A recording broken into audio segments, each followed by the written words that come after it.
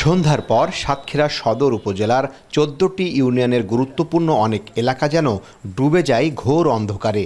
যদিও এসব স্থানে আলোকিত করতে বৈদ্যুতিক বাতির পরিবর্তে ২০২১ সালের পর ধাপে ধাপে স্থাপন করা হয়েছিল প্রায় ৩ শতাধিক সোলার স্ট্রিট লাইট। সূর্যের আলো নিভলেই স্বয়ংক্রিয়ভাবে জ্বলে উঠত এসব লাইট। উদ্দেশ্য ছিল রাতের সড়ক, বাজার সহ জনগুরুত্বপূর্ণ স্থানে নিরাপদ চলাচল নিশ্চিত করা। কিন্তু স্থাপনের কয়েক বছরের মধ্যেই দেখা দিয়েছে বিপরীত চিত্র। অধিকাংশ লাইট এখন অকেজো, কোনোটা নষ্ট হয়ে পড়ে আছে মাসের পর মাস, কোনোটা আবার চুরি হয়ে গেছে, কোথাও আবার খুঁটিই নেই।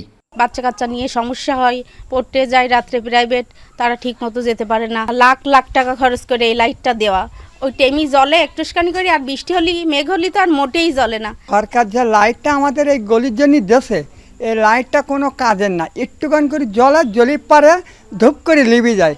স্থানীয়দের অভিযোগ, নিম্নমানের যন্ত্রাংশ ব্যবহার ও রক্ষণাবেক্ষণের অভাবেই নষ্ট হয়ে গেছে অধিকাংশ সোলার লাইট। নেই কর্তৃপক্ষের কোনো তদারকি।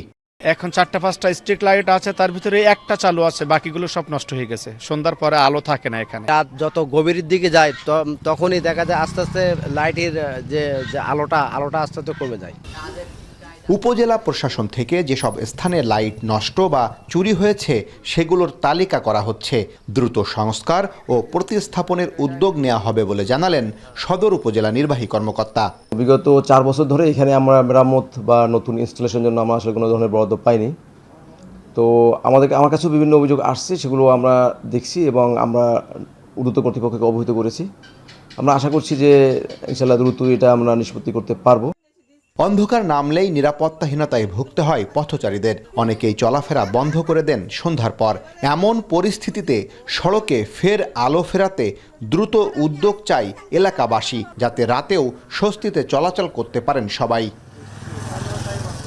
আহসান রাজীব, এখন সাতক্ষীরা।